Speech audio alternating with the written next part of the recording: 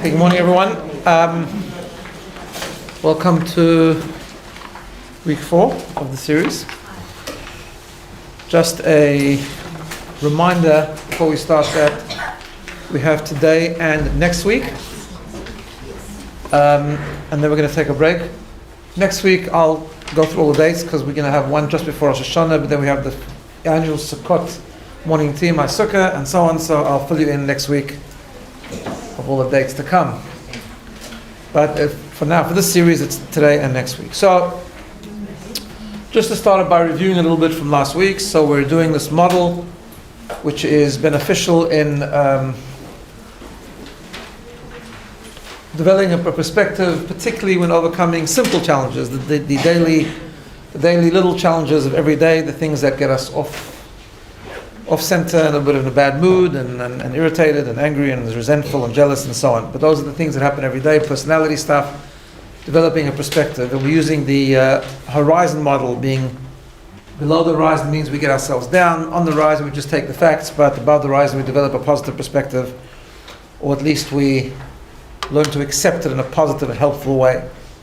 So we've been talking about using the power of language, the power of words, to develop these perspectives, because just like we know that the heart follows the actions, as we've talked about many times, the emotions also follow the words that we use. The power of words are amazing. Sometimes we talked about the concept of taking action, so we develop a constructive perspective, and that means we need to make a choice and do something about it. Sometimes it's things that are out of our control, and we learn to go through the concept of acceptance, right?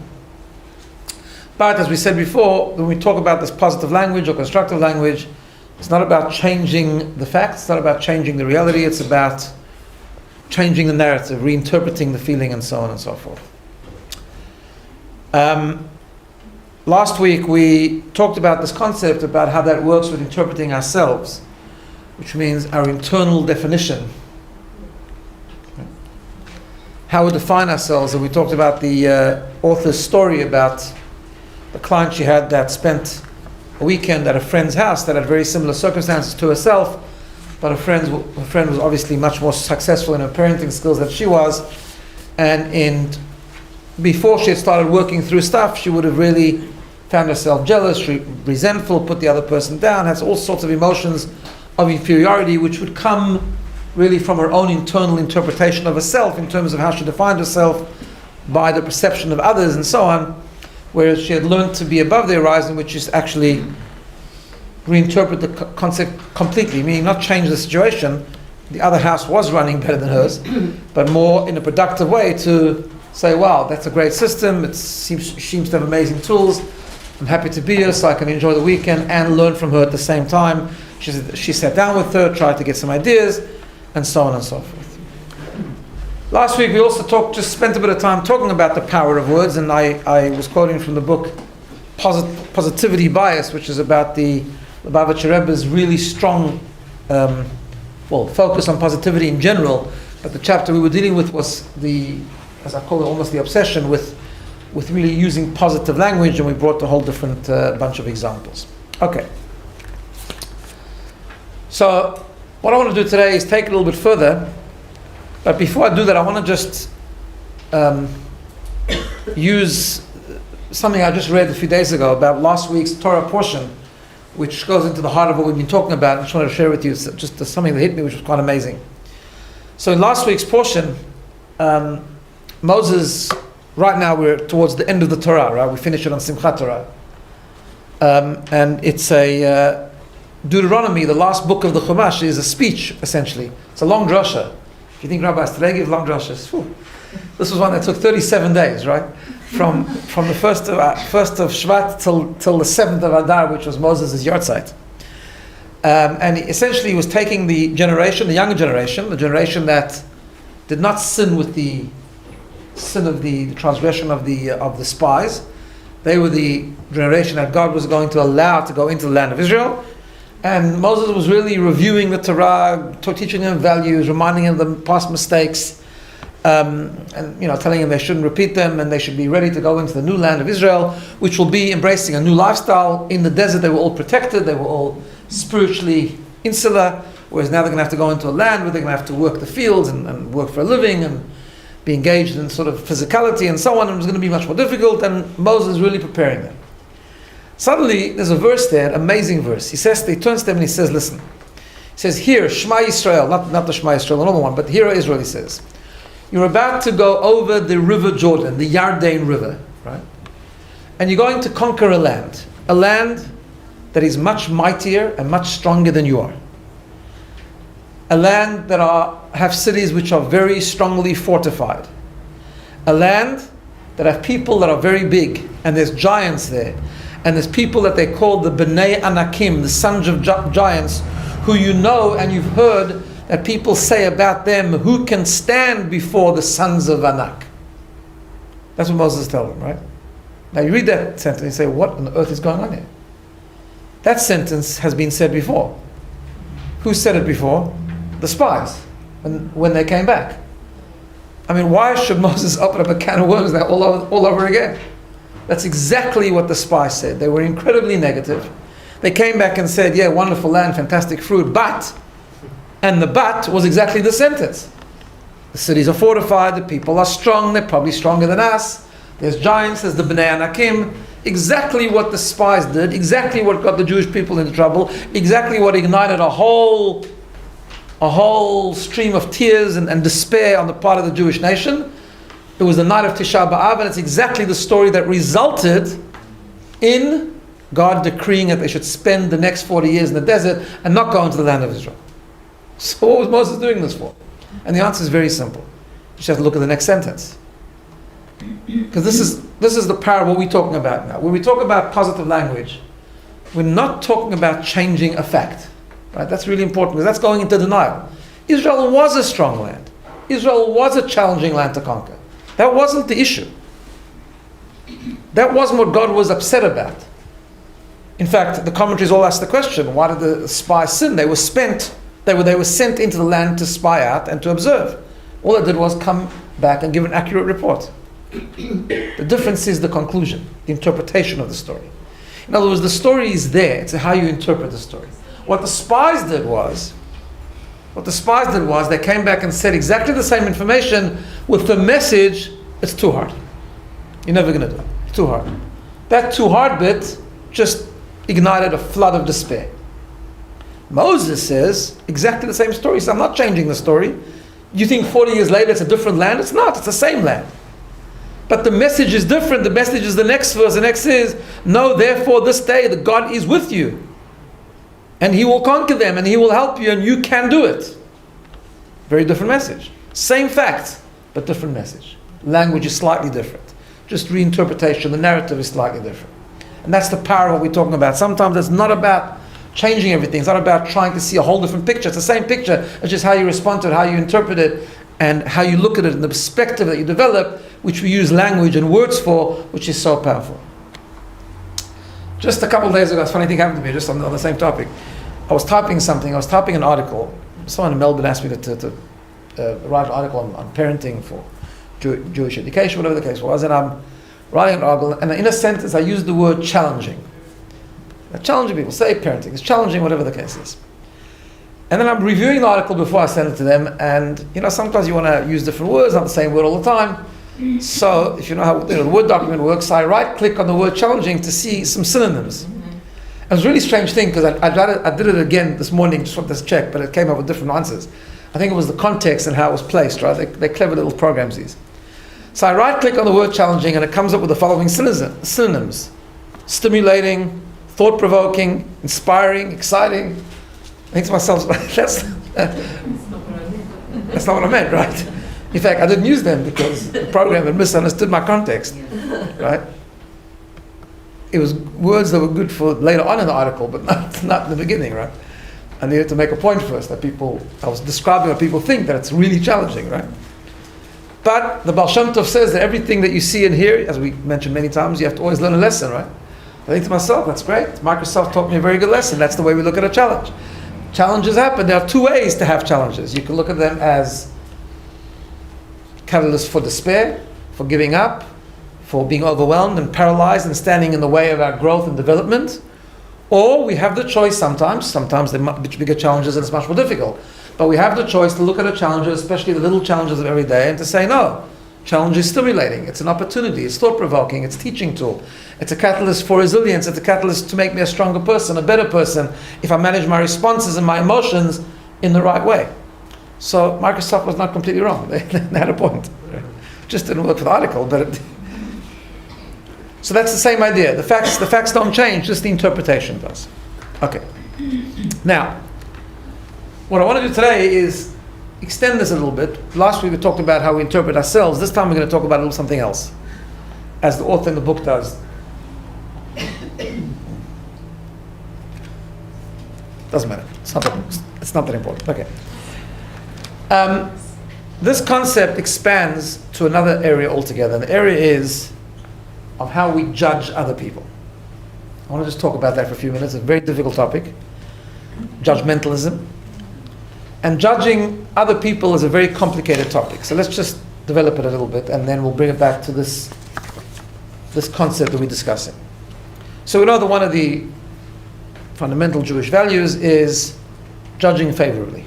Very strong, right? Now, it's such a strong value in Yiddishkeit that I just want to bring this in just for emphasis and to make it clear. It's not what we're actually talking about, but that we're actually supposed to learn the art of even judging favorably when there's real evil. What I mean by that is, let me explain.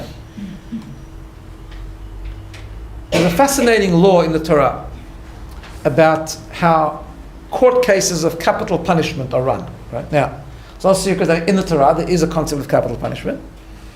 Very rare and very difficult to implement, very difficult to convict, and so on and so forth, but the concept exists. So there are certain crimes in Jewish law which deserve the death penalty. And the law is, in ancient times when this was implemented, when they had a Sanhedrin, a proper Jewish court, which the Torah mandates that every Jewish community should have a Jewish court, and then when the Jews went into Israel and Jerusalem, they had higher courts and so on. But capital punishment cases, the way it was done in Torah law, it was done by a court of 23 judges. Right? Incidentally, the Jewish law does not believe in a jury. Right? We don't trust a jury. A jury is just regular people. On the other hand, severe cases can never be judged by an individual either. So it needs to be judged by experienced, qualified judges, and the more strict, the more severe and complicated the case is, you need more judges. So the way it works is that a capital punishment case for a capital crime needs 23 judges, and the way it works is as follows, that inevitably after the whole evidence and cross-examining and so on and so forth, there will be those that convict, there will be those that say innocent, and they have to deliberate, each one will put forward their point and try and persuade the other side, and you go by a majority, and in order to convict a person in a court of 23 judges, there has to be a majority, but not by 1 by 2. That's just the law, the way the Torah says. It's got to be a proper majority, not just one more, but in other words, not 12 to 11, it's got to be 13 to 10, right? Okay. What happens in a case where it's such a terrible crime, the crime happened obviously, the evidence was so amazing, the case is so clear, that all 23 judges convict. Right? So a fascinating law in the Torah that if that happens, the punishment is not executed. You can't convict the person. Right? There's a law that there has to always be a defense. It's always got to be some defense. Now, the defense doesn't mean it didn't happen. That's a separate issue. If you're not able to convict and punish, then we believe God will take care of it. But there has to always be a defense. Why? Because it goes into the root of a philosophical problem, a philosophical issue. And the philosophical issue is that no one is completely evil. That's a Torah law. That's a Torah's perspective. Right? Therefore, if you have 23 judges, and there's not one judge that can find some redeeming factor with this person, some defense, there's something wrong with the court, something wrong with the Beis Din. It's an amazing idea. Right? So therefore there has to be at least one in those 23 that is a dissenting view. Sorry. Right? There has to be at least one who says, no, I think we can't convict, I have a reason, I have a defense argument. Right? So I'm just bringing that in to show you this concept, this perspective of having a positive view on another person extends so extreme that even in a case of an absolute crime, an evil, real evil, where there has to be justice, right? Because judging favorably is good between people, but sometimes that's not the role of a court. The court is to find the truth and to find what was right, what was wrong. But even then, there's got to be some level of positive perspective. It's an amazing idea. Okay. However, when we talk about the regular idea of judging favorably, that's when there isn't necessarily evil, and even there, it divides into two categories. And that's why I'm just developing this. So I want to sort of make it clear about the type of thing that we're talking about, right? So, for example, sometimes there's a case where a person directly hurt us. So a person can say something insensitive, a person can cause us to lose a job, it can cause loss of money, whatever the case is, cause us embarrassment, whatever the case is, right? So even there where it's clear cut and you know it to be true and you have to create boundaries and you have to stand up for yourself, which is all true, right? Because judging favorably, by the way, doesn't always mean that you you reinterpret the case. Again, if something happened, it happened. I mean, for example, when you have we've talked about this before. If you have a circle of influence, right? Judging favorably can mean many things. For example, if you see someone doing something, you can assume that it was a positive thing or negative thing. Sometimes you can't. For example, when we have circles of influence, right? If we have a child and the child does something absolutely wrong, we have to discipline them. We have to teach them the right way. Judging favorably is not a good idea then. We say, no, I didn't really mean it. It was actually not exactly what happened. No, it was what happened. And teacher calls up the parent and says, your child was stealing from another child, and that really happened. It happened, and therefore you've got to teach your child about stealing in school, right?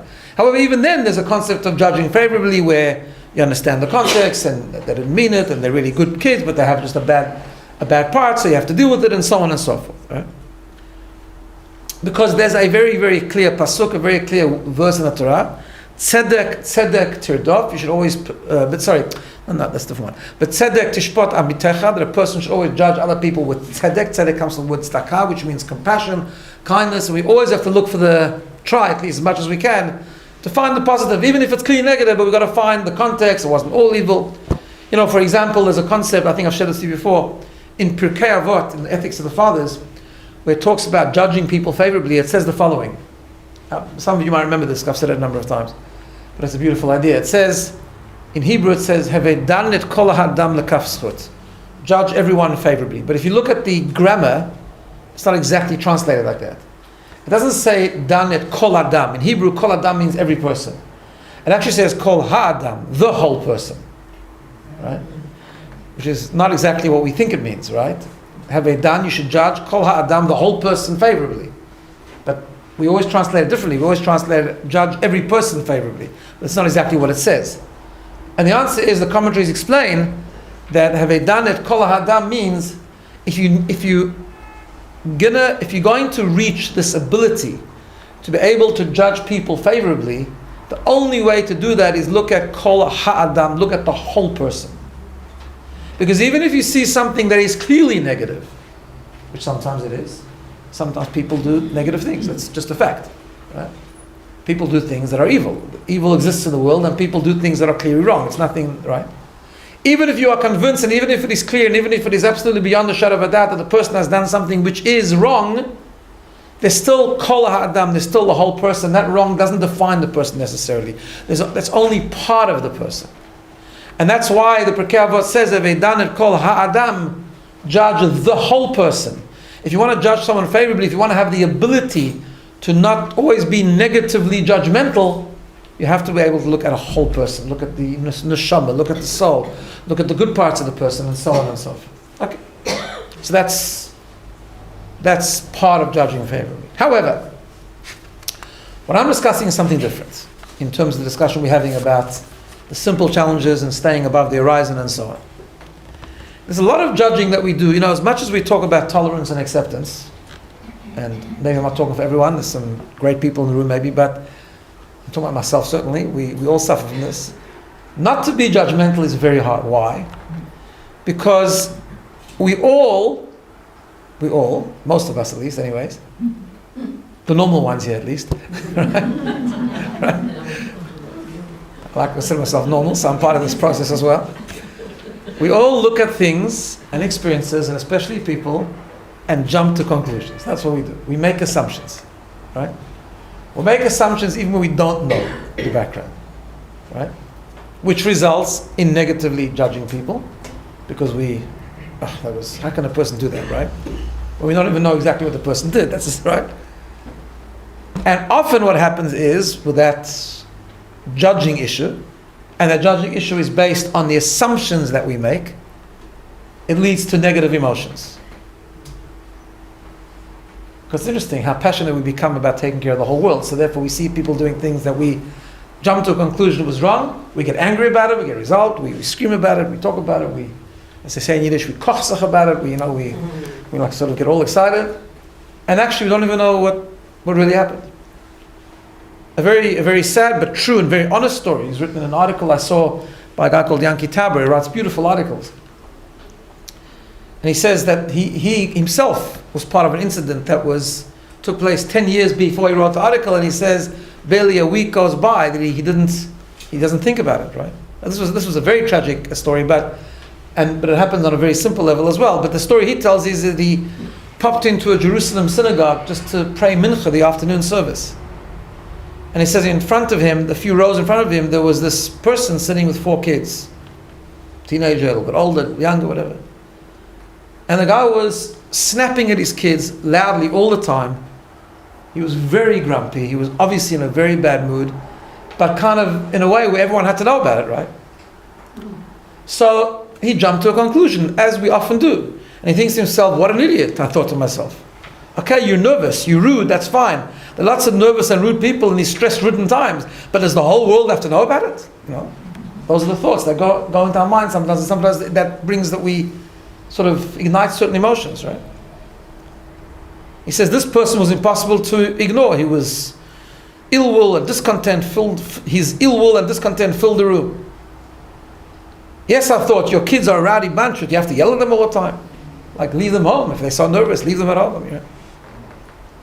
And he says, and that was throughout the whole service, and then at the end of the service, his 4 kids, roughly around 12, 9, 8, and 6, got up and said the mourner's Kaddish. So he ends off the article, he says, what an idiot I muttered, meaning myself this time, and my face hot with shame. Right? Obviously they just lost their mother, and they were coming with their father, they were saying Kaddish, these things, and obviously the whole picture changed, right? Meaning the picture changed, the background changed, the context changed. They were still rowdy, it was still rude, but that didn't matter anymore, right? The Pirkei Avot has a different sentence where it says, which means, do not judge another person until you have reached his place. And the commentaries point out that what the Talmud is really saying is, don't judge a person ever, because his place, or her place, is a place that you'll never be in. Right? So you can't judge another person until you've been where they are, which is never, because we're never in the real context of another person. Now this is true, these kind of assumptions that we make is true, and I'm just going to share with you something we've talked about before, but it's an important point, because it affects so much of how we live, right? Because sometimes we judge people, and we judge attitudes, and we judge experiences before anything has happened. I'm saying that because you'll remember when we talked about mindfulness, right? One of the rules of mindfulness, one of the principles of mindfulness is to live in the moment, to be fully in the moment, maximizing the opportunity of every moment, non-judgmentally, right? And what does that mean, not judgmentally? What does it mean not to judge the moment? What does it mean to be in a moment non-judgmentally, right? So part of mindfulness, for example, we talked about being in the moment, we spoke about this idea of you need to be able to let go of the past, the baggage of the past, and the worries of the future, right? We have to be fully in the moment, means not just to experience the moment properly, but not to have the moment affected by the past or the future, right? That's a very difficult thing. Part of why a moment gets affected by the past and the future often is because we judge the moment. So for example, I think I gave this example last time we talked about it. If you walk into a meeting, you have to go to a meeting somewhere, right? And someone walks in and, I don't know, you just decided that they look like in a bad mood, or look like they, anything could have happened, right? They could have had bad news on the outside, they could have had a real rough ride here, and got stuck in a stormy traffic, anything could have happened, but they walk in and they look like, a bit off. So often what we do is, before we even start, we judge. We say, I don't like the guy's attitude. Right? This is not going to go well. And we throw ourselves fully into the meeting, but it's already a messed up meeting. Why? Because we've judged the moment. In other words, we've judged stuff that seemed to have happened before to affect what's happening now. So in order to experience the now, we really have to not judge. That's what it means to be in the moment, not judgmentally. In other words, to be in the moment and not let anything that could have happened before affect what's happening now, including my perception of what that other person is like until this moment. If I want to get everything out of this moment, I have to give it a complete clean slate. Right? And it's a very difficult thing to do, because human nature, by default, is that we do judge. We interpret what's going on around us, we make assumptions, and for some reason the human weakness and the human ego, for most people, is such that at least part of the time, it always tends to be a negative judgment. That's our sort of default position, unfortunately, right? We have to work to become positive. We have to work to look at the cup half full rather than half empty. It's effort, it takes effort. So let's go back in these kind of cases where it's not about things that we know for sure, it's things that we actually don't know. But we're actually just making assumptions and we're judging, and those judging are igniting emotions. That's where we need to take the discussion that we've been talking about till now and use language, use words to calm our emotions, and use words to stay above the horizon, right? And it's very, very, very powerful. Because again, when we do that, it's not going to be about changing. I'm going to give you some examples in a minute. It's not going to be about changing what happened, but it's going to be about changing our story. It's going to be about using the words to give us a different perspective, and those words will in turn have the power of redirecting our feelings, redirecting our assumptions, and therefore redirecting our emotion toward what's going on. Right? So the author tells a story, the author of the book that we're working through tells us the following story. She says she was walking through Costco. It's good we have a Costco here now, because I was wondering what she was talking about. Right? And she passed by a woman who she knew from college. Like, this was years later. Right? She says we'd been friendly back then, but she moved to an elegant part of town and became kind of, fancy, and our paths didn't cross much after that. As we passed one another, I smiled at her and said hi. And she looked right past me. Right? Perfect story. So what do we do? In my head was an instantaneous judgment. Okay, I guess I'm just not cool enough for you now. And she rolls her eyes, right? That's normal human reaction. A few aisles later, people are walking around, Costco's very big aisles, and they bump into each other again. And this time, this woman looks at her and says, and don't forget, the author of the book is a therapist, right? Oh, hi, Elisheva, I'm so glad to bump into you. I've been going through something really challenging with one of my children, and I'm totally consumed with it. If you have a minute, you think I can get some advice? So it's clear that the first time she didn't even see me. It didn't register. She was thinking, she was consumed with the problem. She simply didn't see it, right? And she says, it wasn't about me at all. I just didn't realize that because I'm me, and I only saw my own perspective of the interaction, right? That's where the human ego goes in, because we all have an ego. And therefore what happens is, the reason that we end up judging and making assumptions is because generally our default position is that we look and interpret stimulus outside of us through our own prism, through our own egocentric view, because we look at it from our point of view. So from her point of view, she was ignored, right? So being ignored is not a nice thing. So therefore you make that assumption, you say, and then why was I ignored? Well, probably because she doesn't want to talk to me anymore, because I'm not as cool as she is, right? That kind of thing. So we chatted for a few minutes about her concern. I gave her a couple of names of child therapists, and we wished each other well, right? So something happened to me just a day or two ago. I remember, I only tell you the stories that work, right? Remember that. But I wanted to show you how powerful this is. And it's powerful because I'm reading the book and I'm preparing the class, and it was just very great. So I actually used it, right? So I need to put it in context. But it was so simple how I stopped myself and just used words, and it was so liberating, it was amazing. It's a stupid story, but it's a powerful point. So my daughter's getting married in a few weeks, as I've shared with you. And it's the third daughter that we're marrying off in New York. And what we've done in the past to our two daughters, so in New York, you got to, when someone gets engaged and it's a particularly short engagement, you've got to find an apartment for them to live in, right? Which is like a priority. So we found an apartment. And normally what we've done for the last two is, my wife and I, so we try to find an apartment that should be ready about a week before they move in, so that we can help them, be there for them and help them set up home, right? So we can order the furniture, we can buy stuff, we can get the broom and then fill up the closet and then the pantry. So just a very nice thing. So that, and the kids have always appreciated it, so that, when they move in, it's nicely set up and all good. Okay. So we have a problem. We were in New York for the engagement. We found an apartment. It's a true story, by the way. This is fresh. This happened literally yesterday, right?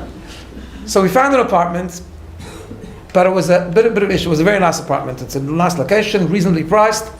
That's also not an easy thing to find.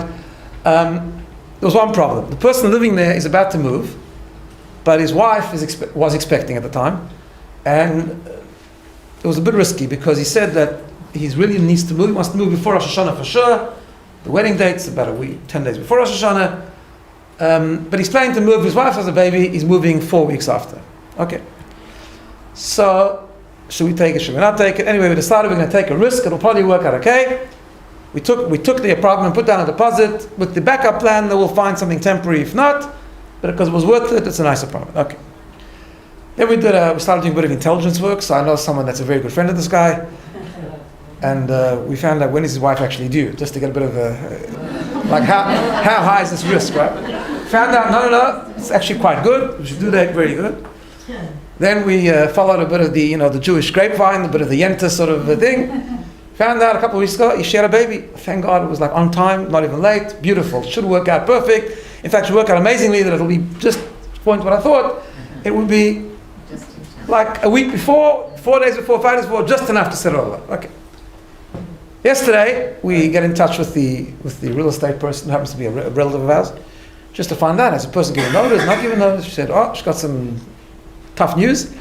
They called up, he didn't give notice, he gave notice 4 weeks before as he should. He's moving out a day before the wedding. Right?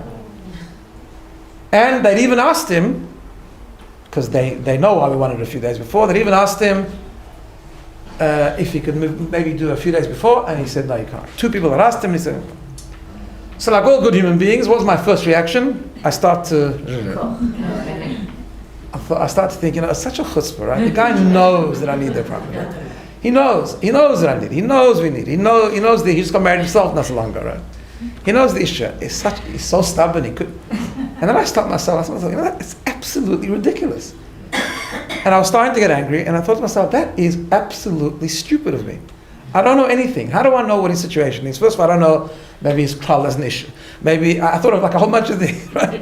And I was just talking to my wife, and we just stopped and we said, no, hold on a second. We don't know. First of all, everything happens for a plan. We find we'll still be there, so we can set it up. But I thought to myself, like, there was such a, if you break it down, these assumptions we make are totally dumb. I guarantee you, if I would do, which I'm not going to do, if I do real detective work and find out, I'd find out the reason. That looked like a reasonable guy. He wasn't going to just make it difficult for me. Probably maybe he's moving to the place and the place there isn't ready, so he can't move on time. He's got to move when he can move into the place. Whatever. I mean, there could be 100. If I think about it rationally, there could be 50 reasons why he's late, waiting till the day before. But it's such a funny thing how human nature works. My initial reaction, and I was starting to get angry. And then just the simple thing of stopping myself and saying, I'm sure there's a reason, I'm sure he's got his reasons.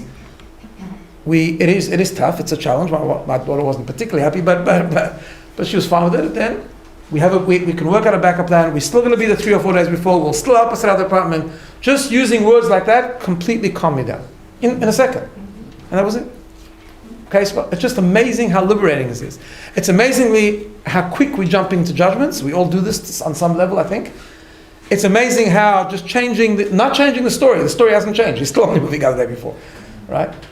And it has its challenges, it does. But just the quick reinterpretation, the quick using the words just trying to reinterpret and perhaps moving into a space where questioning the assumption of the judgment and saying, well, maybe there's some other circumstances, not just gives you a different perspective, but totally changes the way you feel.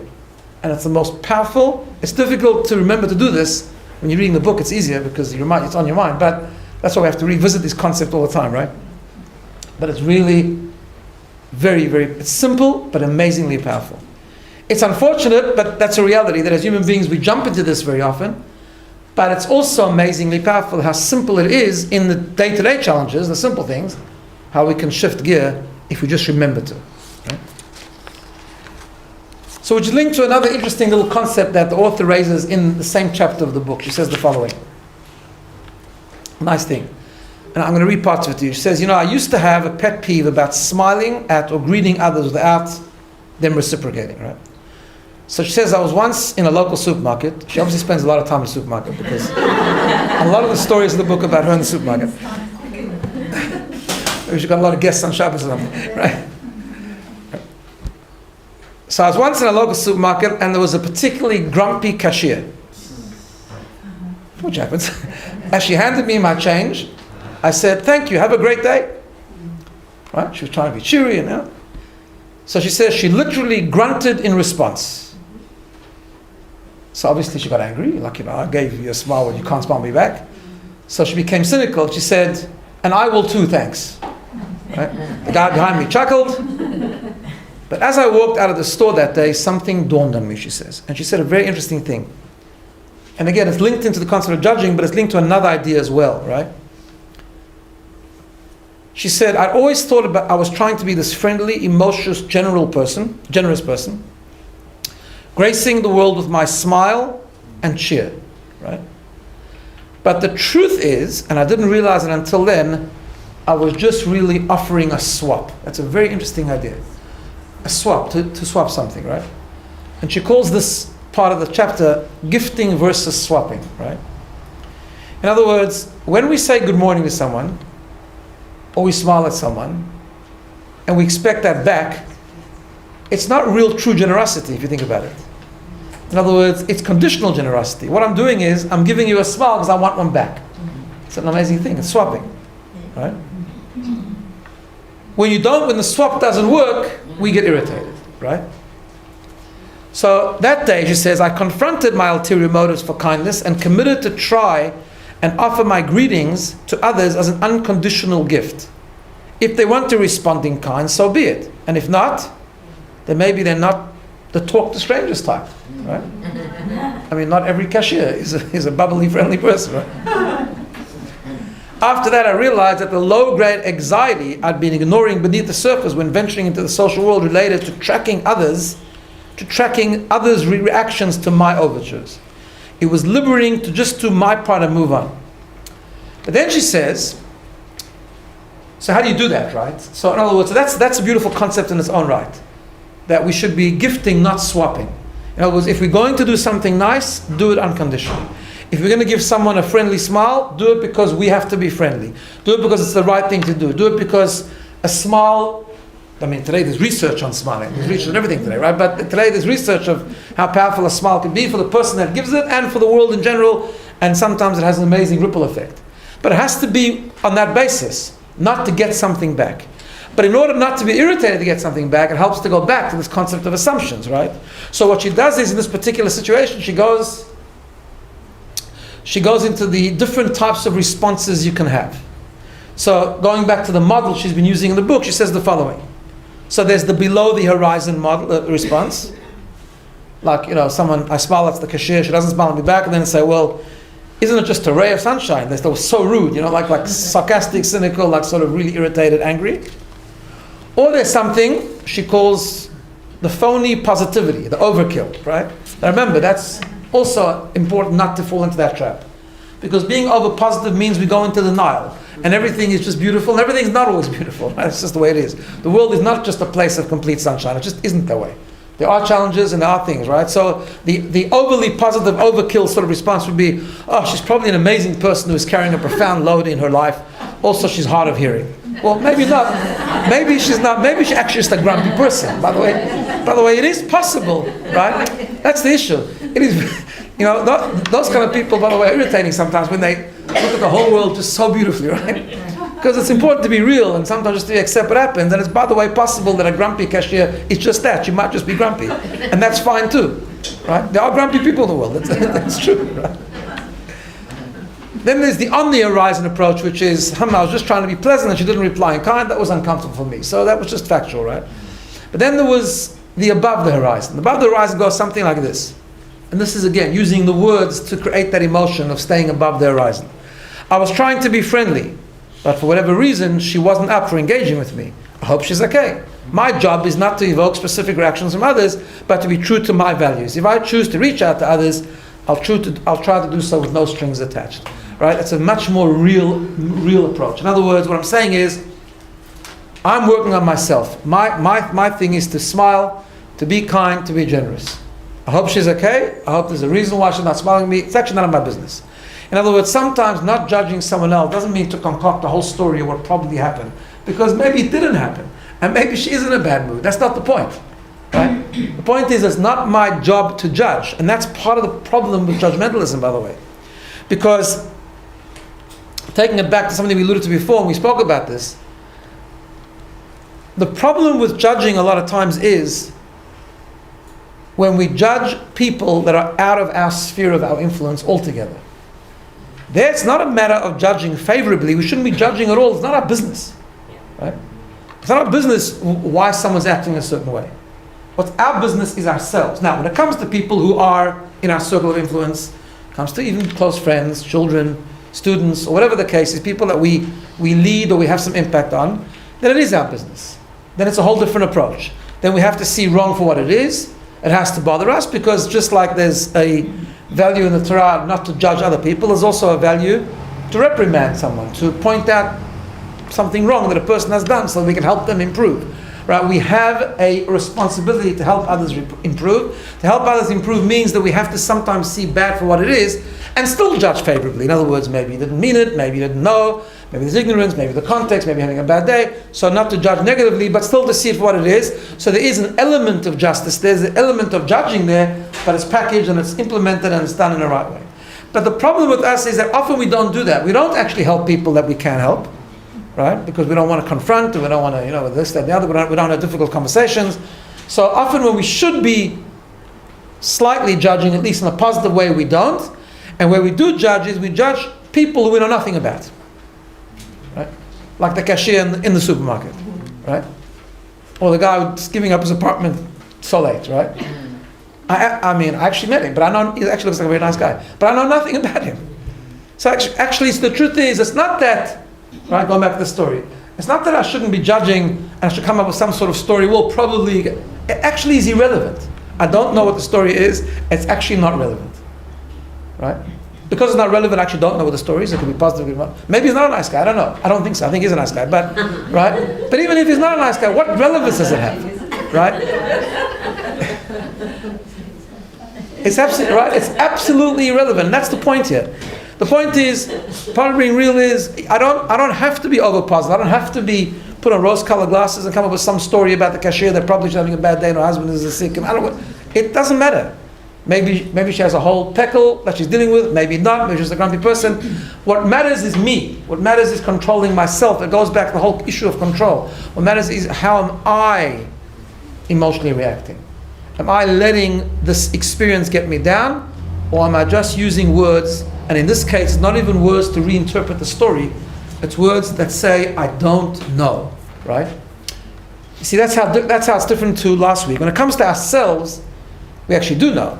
We know that sometimes what we're doing is we're defining ourselves in a negative way, so we need to change the narrative. Or with people who are close to us, we know the positives and the negatives, so we change the narrative to focus more on the positive than the negative. Like I shared with you last week, sometimes it's simple as changing the but, right? The very nice person, but she irritated me yesterday. Or just redoing that.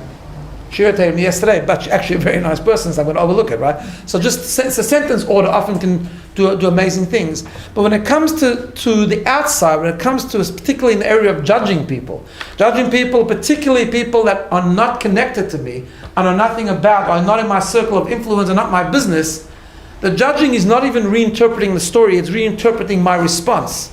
And it's saying, using the words, like, my job is not to evoke specific reactions from others. My job is not to judge that person. My job is not to even find out what happened. My job is to work on myself. My job is to work on self-control. My job is to have a positive attitude. My job is to find, well, okay, I did the right thing and I'm going to continue doing the right thing. And if I don't get it back, that's fine. I think it's an amazing little insight, the swapping versus gifting. It's a beautiful idea, right? But in order to do that, we have to use those words not to judge, because judge means we're looking for a response. I gave it to you, why didn't you give it to me back, kind of thing, right? So we have to remember, we have to use words, and again, language over here is very powerful. Reminding ourselves, using the words that my job is to work on my reaction, my job is to do the right thing, my job is to work on my values. I'll just give you one final example that she gives in the book, a nice one. She says, it's a nice story actually. She says, last summer she had a tough decision to make. The son of a close friend of mine, Mimi, was getting married. So I don't have much to do with the groom, but in our community, she says, when you're very close to the parents, it's very important. Okay. And then she says, all of a sudden, and this happens all the time, the problem was my brother and sister-in-law and their family were in from overseas, and it was the only possible night to have a family gathering, the type of thing that only happens once in every few years, right? Often happens, family or priority conflicts, right? I wanted to be there both. I even tried to coordinate the timing, but I saw it wasn't happening, right? So I missed the wedding, she says, right? My friend was understandably disappointed. When I called her afterwards, she could have had one of three reactions. If she would have reacted below the horizon, she would have said, in other words, if she would have chose to be offended, she would have said, I can't believe how you blew this off. How often does my son get married, right? After all, we've been through everything, and everything I've done for you, what a rotten thing to do, I'm really mad at you. That could have been one response, and she was bracing herself. Maybe she'd get that. Or she'd get a factual response, what she calls on the horizon, which is, I'm so surprised you didn't come. I was really looking forward to having you there, and was very disappointed. I guess that's what it is. So you don't know where you stand, but that's like on the horizon. Or she could have responded where, it was real hard not to have you there. It was such a special night, but I want you to be part of it. But I get it. Family is important, and it was a rare opportunity. I know you would have wanted to be there, and while I've had really loved to have you, we still had a great crowd of friends, and the family came to celebrate. The couple looks happy. I'm really grateful for everything and all the blessings. Next time we have a wedding, I know you'll be there. In the meantime, I can't wait to show you the pictures. And she writes in the book, thankfully this person chose the above the horizon response, and everything turned out well, right? But again, it's the same story, right? And we choose our own response. That's the power of this. And we use the words. We choose our own. We can choose to be offended, and therefore, we'll change the story. We can't change the past anyway. We can choose to be offended, or we can choose to focus on the positive. We can choose, like she did, to say, I understand, family comes first, to focus on the blessings, the things that did happen. My kids got married. The couple looks happy. I'm really glad. I'll show you the pictures, right? And not to focus. And sometimes we do this. Sometimes we react negatively because we focus on the little negatives that went wrong. Like there's so many things that went right, but no, we focus on little things that went wrong, right? One of the things my wife and I said to ourselves yesterday before we switched gear very quickly, and then we realized, it's such a stupid thing. Thank God. She's getting married, nice family, nice person, and it's going to be fantastic. So we'll work around the apartment thing, right? It's just reinterpreting the responses and using the words that make us shift from the negative to the positive. So I just wanted to share that with you because this has a lot to do with really everyday occurrences, because the truth is that every single day, if we think about it and we reflect properly, every single day we make judgments. And the judgments obviously often determines and defines how we respond, and how we respond therefore dictates the emotions that we build within ourselves. Using words to rejig it and recalibrate and reinterpret or even to ask ourselves the questions, to challenge our own assumptions, is very, very powerful, and sometimes it can be the catalyst just to switch it completely, move from the negative space to a completely positive space, and be above the horizon. Just a reminder, once again, last week's the last of the series. Next week I'm going to go through all the dates of the following ones, before Rosh Hashanah, Sukkot, and so on. We'll just explain this a bit more and expand it a bit more next week.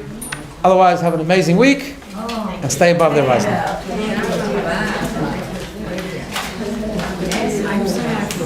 When I saw you, I